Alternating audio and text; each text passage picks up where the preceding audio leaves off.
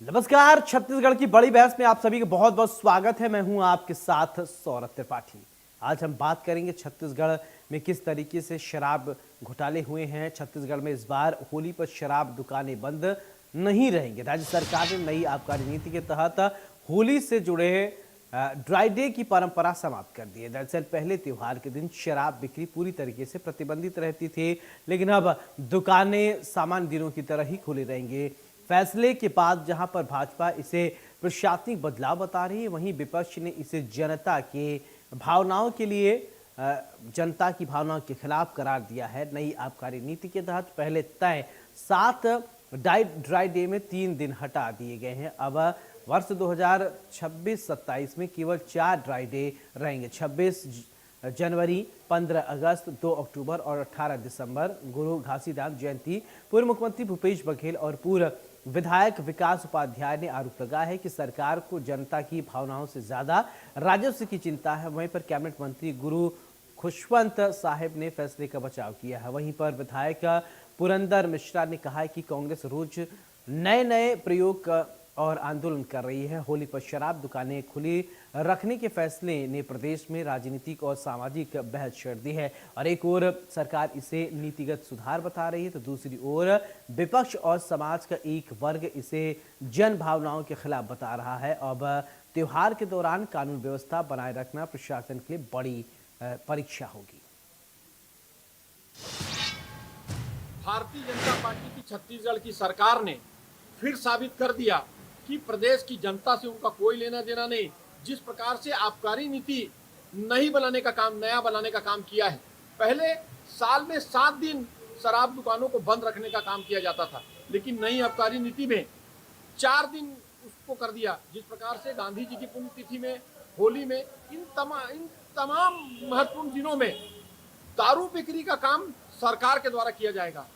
होली का महत्वपूर्ण त्यौहार होता है और सबसे ज्यादा आपराधिक घटनाएं होली के समय होती है। होली के दिन शराब की दुकान खुले रहेगी, क्या वातावरण रहेगा, क्या माहौल रहेगा, इसको आप समझ सकते हैं। लेकिन भारतीय जनता पार्टी को तो शराब से पैसा कमाना है। भारतीय जनता पार्टी की सरकार जिस प्रकार से लगातार इस प्रदेश को बस से बदतर करने में, इस प्रदेश को बर्बाद करने में और नशे में झोंकने का काम छत्तीसगढ़ की जनता को कर रही है, मैं समझता हूँ छत्तीसगढ़ भारतीय जनता पार्टी के हाथों में सुरक्षित नहीं है। खाएंगे वैसा रहेगा मन, जैसे पिएंगे पानी वैसे रहेगी हमारी वाणी। खानी और बानी दो प्रमुख चीज है। यदि खानी बानी सही है तो निश्चित ही उसकी सियानी सही है। तो हम सबको इन सारी चीजों से दूर रहने की आवश्यकता है। हम सबको दूर रहना चाहिए और इसके लिए हम सबको जन जागरूकता अभियान चलानी चाहिए, और जो लगातार सरकार की तरफ से चलते रहती है और हम भी प्रयास करते रहते हैं। और ये कहीं ना कहीं ये जो पद यात्रा है उसमें भी हम सब इस संदेश को प्रचारित करेंगे ताकि हम सब नशा से हमेशा दूर रहें। इनको कोई मतलब नहीं है तीज त्योहार से, महापुरुषों की पुण्यतिथि जयंती से भी कोई मतलब नहीं है। होली जैसे महत्वपूर्ण त्योहार जिसमें सभी धर्म के लोग मानते हैं, अब उस दिन भी छुट्टी नहीं रहेगी, बंद नहीं रहेगा। इसका मतलब केवल इनको पैसे से मतलब है, पैसा ही सब कुछ है इनके लिए, और कोई नहीं है। सब कुछ पैसा है।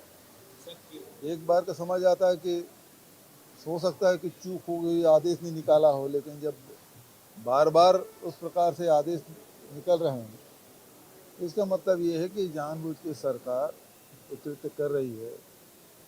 तो सरकार को कोई किसी भावना से कोई लेना देना नहीं है। जनता जनार्दन ने भारतीय जनता पार्टी को पंच से लेकर के पार्लियामेंट तक आशीर्वाद दिया है, और जो जनता का हित का काम है वो विष्णुदेव साय सरकार करेगी। इसमें कोई बात की चिंता करने की जरूरत नहीं। और हमको आबकारी में 3200 करोड़ का भ्रष्टाचार करने वाले हमको बुद्धि न बताएं, भगवान ने हमको बुद्धि।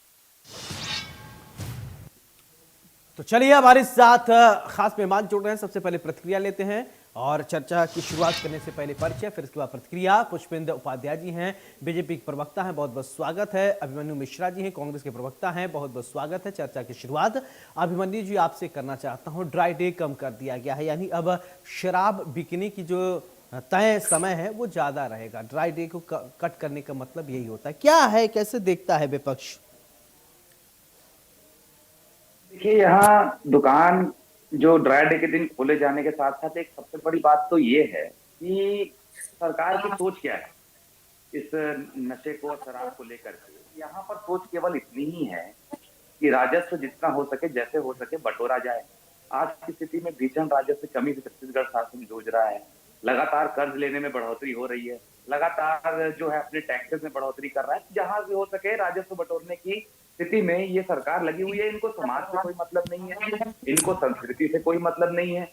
उसके अलावा जो कह रहे हैं कि जैसे अवैध शराब की बिक्री रुकेगी, तो अवैध की शराब की बिक्री तो साल भर होती है।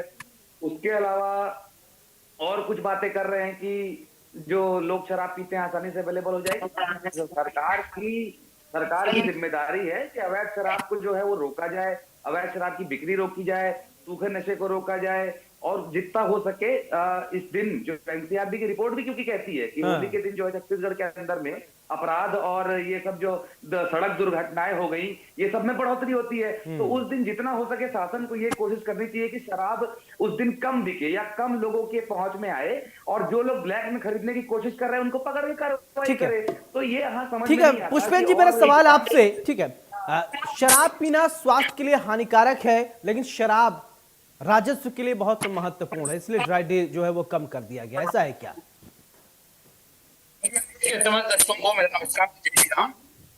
नई आबकारी नीति आई है। आपको बताऊं, उड़ीसा, मध्य प्रदेश, तेलंगाना, हरियाणा, उत्तर प्रदेश, राजस्थान, झारखंड, सभी राज्यों की जैसी गाइडलाइन है वहां पे भी 4 दिन शराब बिक्री पर प्रतिबंध रहता है। वैसे ही छत्तीसगढ़ सरकार ने भी आबकारी नीति में नया संशोधन किया है और यह स्वागत योग्य है, क्योंकि हमेशा से जो है ना होली के दिन और उसके आसपास आप देखे होंगे कि शराब दुकानों में इतनी भीड़ होती थी, उसके कारण दुर्घटनाएं होती थी, यातायात प्रभावित होता था।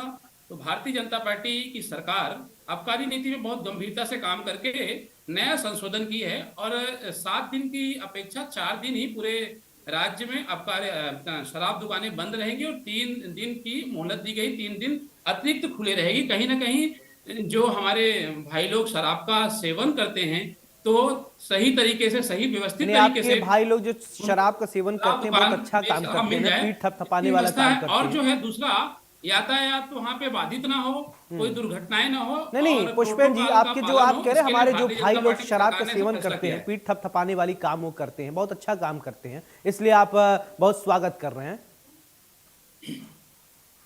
जी। नहीं, अब दोबारा बोलना पड़ेगा क्या एक ही सेंटेंस को 3-3 बार? आप सुन नहीं बताइए, पाएंगे। आप क्या बोल रहे हैं भाई साहब? मैं ये कह रहा हूं कि आप कह रहे हैं कि मेरे जो भाई लोग शराब का सेवन करते हैं और उनको अब ज्यादा परेशानियों का सामना नहीं करना पड़ेगा, यही बात कह रहे हैं क्या? मेरे भाई मतलब शराब पीना स्वास्थ्य के लिए अच्छा है? देखिए, शराब पीना स्वास्थ्य के लिए बिल्कुल अच्छा नहीं है। आप देखे होंगे सरकार बिल्कुल उस पर टैग लगाती है, शराब पीना स्वास्थ्य के लिए हानिकारक है। आपने पढ़ा भी होगा, उसमें लिखा रहता है। अच्छा। भारतीय जनता पार्टी की सरकार आबकारी नीति के आप बोतल में उठा के देखेंगे, उसमें क्लियर शब्द में लिखा हुआ है शराब पीना स्वास्थ्य के लिए हानिकारक है। मगर सरकार का यह भी दायित्व है कि अगर शराब दुकान में भीड़ हो रही है तो उसकी व्यवस्था करना, उसको व्यवस्थित तरीके से संचालित करना, ये भारतीय जनता पार्टी और सरकार का दायित्व है। उसी के इसमें निर्णय लिया गया है। जहां तक कांग्रेस की बात है तो कांग्रेस हमको ज्ञान नहीं दे सकती है। आप इसके पूर्व में आपको जाऊं, 5 साल पहले जो है 2018 से 23 कांग्रेस की सरकार थी, तो उसमें कांग्रेस इतने घोटाले किए, शराब घोटाला 4000 करोड़ का हुआ है। और अभी कांग्रेस के लोग क्या बात करेंगे? 5 साल कांग्रेस की सरकार थी, 5 बड़े बड़े घोटाले किए, शराब घोटाला हुआ, महादेव वैब घोटाला हुआ, सीजीपीएससी घोटाला हुआ, कोयला घोटाला हुआ, कस्टम राइस मिल घोटाला हुआ। तो कांग्रेस हमको ज्ञान नहीं दे सकती है। भारतीय जनता पार्टी सभी बिंदुओं पर, एक एक बिंदु पर बहुत गंभीरता से काम करके और बात करती है। इसलिए मेरा ये विषय है कि सभी राज्यों की तर्ज पर छत्तीसगढ़ में भी ऐसा निर्णय लिया गया है। ठीक है, चलिए, ठीक है। अभिमन्यु जी कुछ कहेंगे क्या? जी देखिए, मुझे तो सीधा सीधा यही लग रहा है कि भारतीय जनता पार्टी के प्रवक्ता जितने भी हैं वो इस जो निर्णय का बचाव करने के लिए उनको खुद को समझ में नहीं आ रहा है कि इसका बचाव कैसे किया जाए। आपने सही सवाल पूछा। शराब से केवल स्वास्थ्य तो खराब होता ही होता है, घर परिवार लूट जाते हैं शराब से, कई घर बिक गए, कई घर बर्बाद हो गए, ये हमने देखा है। और खास करके जो त्योहारों के दिन आप कहें कि एक दिन अगर हम दुकानें बंद कर देते हैं तो उससे काफी चीजों की, अब बोल रहे थे कि उसमें एक दिन पहले भीड़ हो जाती है तो उसमें फिर एक्सीडेंट हो जाता है। तो फिर बचे 4 दिन जो बचे हुए हैं हमारे यहाँ छत्तीसगढ़ में, एक साल में जो 4 दिन ड्राई डे रहेंगे, उसके भी एक दिन पहले तो भीड़ लगेगी। मतलब इस गणित के हिसाब से तो ड्राई डे होना ही नहीं चाहिए देश के अंदर में। पूरे 24 घंटे 12 महीने शराब की दुकानें खुली रहनी चाहिए, क्योंकि आप अगर एक भी दिन बंद कर देंगे तब तो जाम लग जाएगा, एक दिन पहले बहुत खरीदने वाले हो जाएंगे। तो ये सब कुतर्क है। उसके अलावा बोल रहे थे फिर आ जाते हैं ये लोग पुराने कार्यकाल में, महादेव घोटाले, महादेव ऐप की बात कर रहे थे, शराब घोटाले की बात कर रहे थे। तो ये सारी चीजें अभी कोर्ट में है। और भारतीय जनता पार्टी की तो आदत है कि पहले आरोप लगाओ, ईडी सीबीआई के छापे पड़ाओ, फिर उसका उपयोग करके आप घोटालेबाज साबित कर दो। तो ये आरोप है, अभी कोर्ट में मामले हैं, कोर्ट में से उनका फैसला जब आ जाएगा, आप भी मानेंगे, हम भी मानेंगे। महादेव के ऐप की बात कर रहे थे आप, तो क्या आज महादेव ऐप नहीं चल रहा है क्या?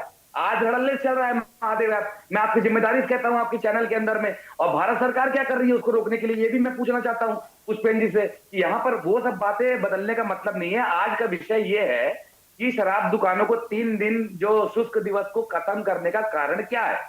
तो उसका एक कारण बस दे पाए कि अगल बगल राज्यों में जो नीति बनी उन लोगों ने भी बंद कर दिया, तो हमने भी बंद कर दिया। तो देखिए भाई, दूसरे राज्यों को देख के छत्तीसगढ़ चलाने का अगर आपका विचार है तो ये नहीं हो सकता है। हर राज्य की तासीर अलग होती है, हर राज्य के लोग अलग होते हैं, हर राज्य की चीजें अलग होती है। तो जैसा कि मैंने कहा कि एनसीआरबी की रिपोर्ट जब कहती है कि छत्तीसगढ़ के अंदर में होली के दिन बहुत ज्यादा अपराध से लेकर के सड़क दुर्घटना से लेकर के सब कुछ बढ़ता है, और इसका प्रमुख कारण होता है नशा, शराब और बाकी चीजें। तो इसमें आपको शराब को रोकने की बजाय आप तो खुलेआम भट्टी खोल दिया आपको, क्या भरपूर शराब पियो। अब कह रहे थे हमारे भाई लोग वो पूरा शराब पियो, कोई चिंता नहीं है। तो शराब को शास्त्रीय करने का काम भी पहले इन लोगों ने किया, जिसमें शराब बंदी के जो चीज आड़ी आई, और अब जो है धीरे धीरे शुष्क दिवस खत्म कर रहे हैं। तो कुल मिला के यही दर्शाता है कि राजस्व कमाने के लिए सरकार के पास रोड मैप नहीं है और कोई नीति नहीं है, तो केवल टैक्स मारकर कर्जा लेकर और ये। अच्छा, अभी मौजूदा सरकार जो कर रही है, लेकिन शराब के जो घोटाले का आरोप है इस समय, आपके बड़े बड़े मंत्री जो हैं वो जेल में हैं, अभी जेल से बाहर आए हैं, उस समय क्या ये सब नियम कानून नहीं थे क्या? देखिए, मैं उसके बारे में बिल्कुल स्पष्ट होकर जानना चाहूंगा। जिस शराब नीति को लेकर के 2100 या 3000 करोड़ के जो घोटाले की बात करते हैं, जिसके ऊपर जांच चल रही है और जिसको लेकर के हमारे नेताओं के यहाँ छापे पड़े और चीजें हुई, वो जो नीति थी वो रमन सिंह जी के समय में बनाई गई थी। और उसके पहले का भी 4400 करोड़ का मामला है जो डॉक्टर रमन सिंह जी के कार्यकाल का, उस समय उसकी भी शिकायत हुई थी, जांच भी शुरू हुई थी, लेकिन आज उसमें तो जांच कुछ नहीं आगे बढ़ रही, उसमें तो कोई गिरफ्तारी नहीं होती है, वो ठंडे बस्ते पड़ा हुआ है। अब उसके बाद जब कांग्रेस की सरकार का उपयोग करके, कांग्रेस की सरकार के समय का उपयोग करके हमारे नेताओं को प्रताड़ित करने का काम किया जा रहा है उस घोटाले का नाम लेकर के, जैसा कि मैंने महादेव के मामले में भी कहा। महादेव आज भी प्रताड़ित कर देगा जब कुछ निकलेगा नहीं, अगर कुछ होगा नहीं, सीबीआई या ईडी जांच एजेंसियों कुछ मिलेगी नहीं, तो ऐसा तो है नहीं जांच एजेंसियां किसी को पकड़ के प्रताड़ित कर रही। आपको क्यों नहीं प्रताड़ित कर रही, मुझे क्यों प्रताड़ित नहीं, पुष्पेंद्र जी को क्यों नहीं प्रताड़ित कर रही? कुछ मिल तो रहा है जिनके उन्हें वही प्रताड़ित हो रहे हैं ना। क्यों अभिमन्यु मिश्रा जी को नहीं प्रताड़ित कोई कर पा रहा? क्योंकि अभिमन्यु मिश्रा जी ने नहीं किया होगा कुछ। सुनिए ना, मैं वही बात बताना चाह रहा हूं कि ईडी सीबीआई के जो नियम होते थे उसमें 2017-18 में एक बदलाव किया गया। 1 महीने के अंदर चार्जशीट जमा करनी होती थी, वो अब उसमें कोई टाइम बाउंड कार्यक्रम है ही नहीं। आप कितना भी पुष्पेंद्र जी, ठीक है पुष्पेंद्र जी, देखिए अभी मैंने सवाल अभिमन्यु जी से कहा कि आज शराब को लेकर इनके मंत्रियों से जो ठीक है जो जेल में से हैं, कुछ जेल में हैं, कुछ बेल पे हैं, तो अब सवाल ये है कि अब देखिए ये कह रहे हैं कि प्रताड़ित किया जा रहा है। भाई क्यों कोई प्रताड़ित करेगा अगर किसी ने कुछ किया ही नहीं है? ऐसा तो है नहीं जांच एजेंसियां किसी को भी कुछ प्रताड़ित करेंगी, उनको साक्ष्य कुछ मिले होंगे तभी तो। जवाब लें पुष्पेंद्र जी से। देखिए, ऐसा है कि मैं आपके चैनल के माध्यम से बताना चाहता हूं, कांग्रेस की कथा अनंत है। कांग्रेस कुछ भी बोलती है, कुछ भी सुनती है, कुछ भी करती है। आप लोगों से कोई बात छुपी नहीं है। अभी आपने इतनी अच्छी बात बताया कि कांग्रेस के आधे नेता जेल पे हैं, आधे बेल पे हैं। अभी आपके ताजा उदाहरण है कि आपके पूर्व आबकारी मंत्री, सुनो यार अभिमन्यु जी, मैं आपकी बात सुनना था, सुनो बंधु, आपको जवाब देने का समय मिलेगा। आपके एक मंत्री जेल से बाहर निकले हैं जी, क्या बात करोगे आबकारी नीति के ऊपर? अभी आपके एक मंत्री जेल से बाहर निकले हैं, आधे नेता जेल पे हैं, आधे बेल पे हैं। दूसरा मैं आपको बताऊं, कांग्रेस के तो आधे नेता है ही ना जेल पे, आपको इसको मानना पड़ेगा। दूसरा, ईडी तो मेरे को गिरफ्तार नहीं कर रही है अभिमन्यु जी, आपको नहीं गिरफ्तार कर रही है, किसी को तो और गिरफ्तार नहीं कर रही, कोई ना कोई साक्ष्य है और साक्ष्य के बेस पे गिरफ्तार करके ले जा रही है, इसको आपको मानना पड़ेगा, है ना। और आपके आबकारी मंत्री जेल पे थे ना, इस बात को तो आप मानिए ना, बोलिए ना, हाँ जेल पे थे और आधे तो बेल पे ही हैं। तो ये सब मानना पड़ेगा। और दूसरा बात, जो नई आबकारी नीति है, तो हम अगर पड़ोसी राज्य से कुछ अच्छी चीजें सीख रहे हैं तो बिल्कुल सीखेंगे। अगर मुझे लगता है कि मध्य प्रदेश की तर्ज पे कुछ काम करना है, राजस्थान की तर्ज पे करना है, गुजरात की तर्ज पे करना है, उत्तर प्रदेश की तर्ज पे करना है, अच्छी चीजें जहां से मिलेगी भारतीय जनता पार्टी की सरकार सीखती है और सीखते रहेगी, क्योंकि भारतीय जनता पार्टी की सरकार सीख के आगे बढ़ती है। वो हमेशा से की है। कांग्रेस ने क्या किया आपको मैंने बताया इसके, इसीलिए छत्तीसगढ़ की जनता भारतीय जनता पार्टी के एक कार्यकर्ता को अपने हथेली पे बैठाई है। उसी का परिणाम है कि 3 इंजन वाली सरकार है, रायपुर में भी है और छत्तीसगढ़ में भी है। पूरे देश में भारतीय जनता पार्टी की सरकार चल रही है। विन्नी जी, इस बात को आपको स्वीकार करना पड़ेगा, ये भी स्वीकार करना पड़ेगा कि आपके आबकारी मंत्री जी जेल से बाहर आए हैं और आपके कोई भी बड़े नेता उनको लेने नहीं गए थे। लेकिन ये सब बातों का पड़ेगा ना। और दूसरा सुनिए तो विन्नी जी, आपको समय मिलेगा, मैं आपको बता रहा हूँ ये सब चीजें कांग्रेस के शासनकाल में होता है। भारतीय जनता पार्टी का एक एक कार्यकर्ता बहुत गंभीरता के साथ में काम करता है और जिसकी जैसी करनी होगी वैसी उसकी भरनी होगी। आज अब दुनिया सब आपको यही भोगना पड़ेगा। अच्छे कर्म का फल अच्छा होता है और बुरे कर्म का फल बुरा ही होता है, आपको भोगना पड़ेगा। अगर आप गलत किए हैं तो उसके लिए तैयार रहिए। और भारतीय जनता पार्टी एक एक बिंदु पे बहुत गंभीरता से काम कर रही है। उसी के तहत आबकारी नीति में यह निर्णय लिया गया है जो स्वागत योग्य है। भारतीय जनता पार्टी की सरकार चाहती है हमारे जितने भी भाई हैं सुरक्षित रहें, होली के दिन किसी प्रकार की असामाजिक घटना ना हो, उसकी रोकथाम के लिए कमिश्नरी प्रणाली लागू की गई है और रायपुर में उसका परिणाम भी दिख रहा है कि कमिश्नरी प्रणाली कितनी अच्छी तरीके से लागू होकर चल रही है। भारतीय जनता पार्टी क्राइम को रोकती है, भारतीय जनता पार्टी अत्याचार को रोकती है और जहां तक जो अच्छे काम होंगे किसी भी राज्य से अगर मान लीजिए लेना पड़ेगा, अगर सीखना पड़ेगा तो भारतीय जनता पार्टी का कार्यकर्ता 24/7 सीखता है। अभिमन्यु जी, आप थोड़ा भाव चढ़ा लिए, थोड़ा आपकी भाव भंगिमा बदल गई। क्या लग रहा है कि भारतीय जनता पार्टी की सरकार में सही काम नहीं हो रहे हैं क्या? नहीं, उन्होंने जब कहा कि कमिश्नरेट प्रणाली लागू हो गई है, ऐसा हो गया वैसा हो गया, तो मुझे अचानक से याद आया कि कल एक चाकू लहराता हुआ लड़का दिखाई दिया था आपकी न्यूज चैनल में। बिल्कुल, वो गिरफ्तार भी हो गया अभिमन्यु जी। आपकी जानकारी के लिए बता दूं 2 घंटे के अंदर गिरफ्तार हुए हैं। सुनिए पुष्पेंद्र जी, आप ना जो 5-6 लाइन हर डिबेट में बोलते हैं ना, आप वही बोलिए और उसके बाद मेरी सुनिए, ठीक है? अभी और इसीलिए मैं आपको बोल रहा हूँ गिरफ्तार कर लिया गया उसको। आप नए हैं, थोड़ा सीखने में समय लगेगा, आप सुनिए, ठीक है? तो बात ये है कि सबसे पहले तो ये करना होता है कि मुद्दे पे रहना होता है और मुद्दे की बात करनी होती है। शुरू से अभी तक के हम एक सवाल पूछ रहे थे कि ये 3 दिन बंद करने का कारण क्या है। 3 दिन कौन कौन से हैं वो भी मैं स्पष्ट कर देता हूँ। गांधी जी का निर्वाण दिवस, उसके अलावा होली का दिन और तीसरा मुहर्रम का दिन। ये 3 दिन जो है ये शुष्क दिवस छत्तीसगढ़ के जो आबकारी नीति है उससे हटा दिए गए हैं। इसका प्रमुख कारण मैं जानना चाह रहा हूँ, आप भी जानना चाह रहे हैं, हम आपके लोकप्रिय चैनल के दर्शक भी यही जानना चाहते हैं कि इसका कारण है क्या। आप बता दें कि राजस्व की बढ़ोतरी हम करना चाहते हैं, 3 दिन में हमको थोड़ी बढ़ोतरी मिलेगी, हमको उसका फायदा है।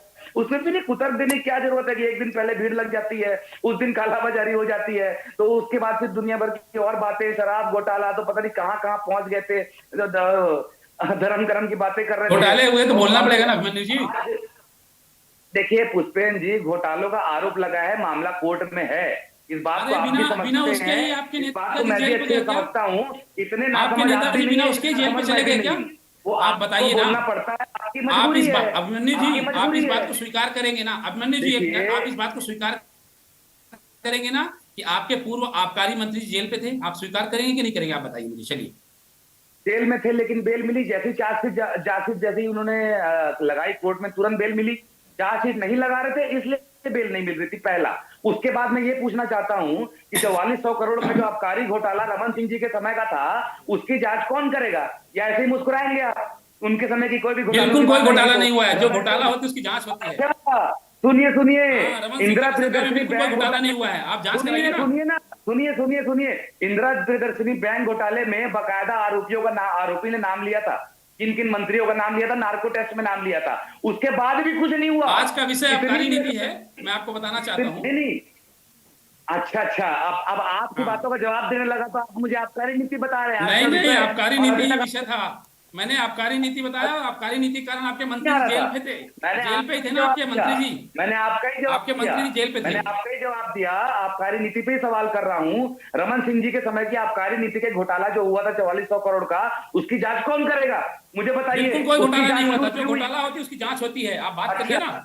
आपके बोलने से नहीं हुआ था, आपके बोलने आपकी से नहीं हुआ था, सरकार में आपकी घोटाला हुआ, जानकारी उसकी की जांच कमी हुई है। और आपके मंत्री जी अंदर हुए, और आपके मंत्री जी ने स्पष्ट बोले कि मैं, चूंकि मेरे को शिक्षा का कम अनुभव था, शिक्षा का कम ज्ञान था, मुझे अंगूठा लगाया गया, अधिकारी द्वारा मुझे अंगूठा लगाया गया। आपके मंत्री जी, ये तो आबकारी सबसे मंत्री बड़ा जी का मामला बयान यही है। मोदी कवासी जी। लखमा की स्टेटमेंट है मोनी जी, उन्होंने ये कहा कि मैं तो पढ़ा लिखा हूं नहीं, और जहां मुझे कह दिया गया वहां अंगूठा लगा दिया। बताइए, ऐसे लोगों को आपने आबकारी मंत्री बना दिया जिसको पता ही नहीं कि फाइल में क्या लिख कर आया, कहां साइन करना, अंगूठा लगा दिया, उनको पता ही नहीं चल रहा है। और वो बात ये उनका ऑन रिकॉर्ड है, इस पर कुछ कहेंगे क्या? उन्होंने खुद कहा ये मंत्री बनना, विधायक बनना, इसके लिए कोई मापदंड नहीं है कि आपको पढ़ा लिखा होना है।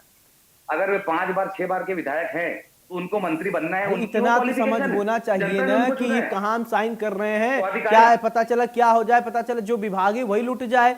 इतना तो जानकारी होना चाहिए व्यक्ति को कि भैया क्या, कहाँ साइन कर रहे हैं, कहाँ कागज लगा रहे हैं। ऐसा नहीं घर ही लिख दिए अपने, चलो गया, ऐसा तो नहीं है ना। ये पीए और अधिकारी जो पढ़े लिखे लोग होते हैं, पढ़ लिख के आते हैं, वो यही करने के लिए होते हैं। तो क्या है, वो अगर पढ़ के गलत बता रहा है, अधिकारी पढ़ के बताएगा। अगर वो गलत पढ़ के बता रहा है तो गलती किसकी है? जांच का विषय है। इसलिए मैं कह रहा हूं, उन्होंने ये नहीं कहा कि मैंने गलत कागज साइन किया, घोटाला हो गया। उन्होंने ये कहा कि मेरे सामने कागज आते थे, अधिकारी मुझे बताता था कि इसमें ये लिखा हुआ है, मैं उसमें साइन करता था, मुझे पढ़ना नहीं आता। ये फैक्ट बात है, उनको पढ़ना चलिए नहीं ठीक है, आता। शुरू से लोगों को अब वो मालूम है। अलग का विषय है, वो तो जांच चल रहा है। अब फाइनल कमेंट की तरफ मूव करते हैं। फाइनल कमेंट एक एक करके आप अपने बारे में बोलिएगा कि ड्राई डे को जो कम किया जा रहा है या घटाया जा रहा है, उसको लेकर पुष्पेन जी एक फाइनल कमेंट इस पूछ, क्योंकि जो मुद्दा है उसी पर एक बार आप फाइनल कमेंट दीजिए, क्योंकि हम थोड़ा बीच में डिरेल हो गए थे। देखिए, अभी मुझे अच्छा लगा कि हमारे कांग्रेस के प्रवक्ता मित्र जी मान लिए कि हाँ घोटाला हुआ थे और हमारे मंत्री जी जेल पे थे। तो ये अच्छी बात है कि कांग्रेस के लोग धीरे धीरे स्वीकार करना सीख रहे हैं। तो ये अच्छा लगा मुझे। अभी अभिमन्यु जी बोले कि हाँ हमारे मंत्री जी के पीए लोग और वो साइन करा लिए थे, उन्होंने साइन कर दिया था।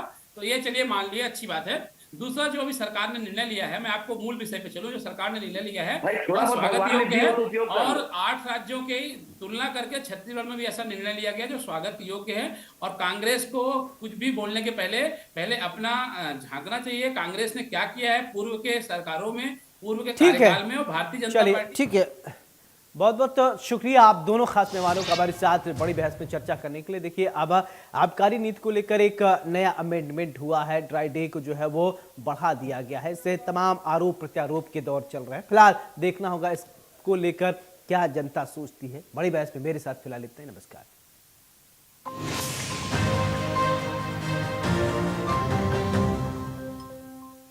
लाल रंग इसका अपार, तीखा कम है फिर भी स्वाद बेमिसाल बेमिसाल MDH Kashmiri MDH Kashmiri. MDH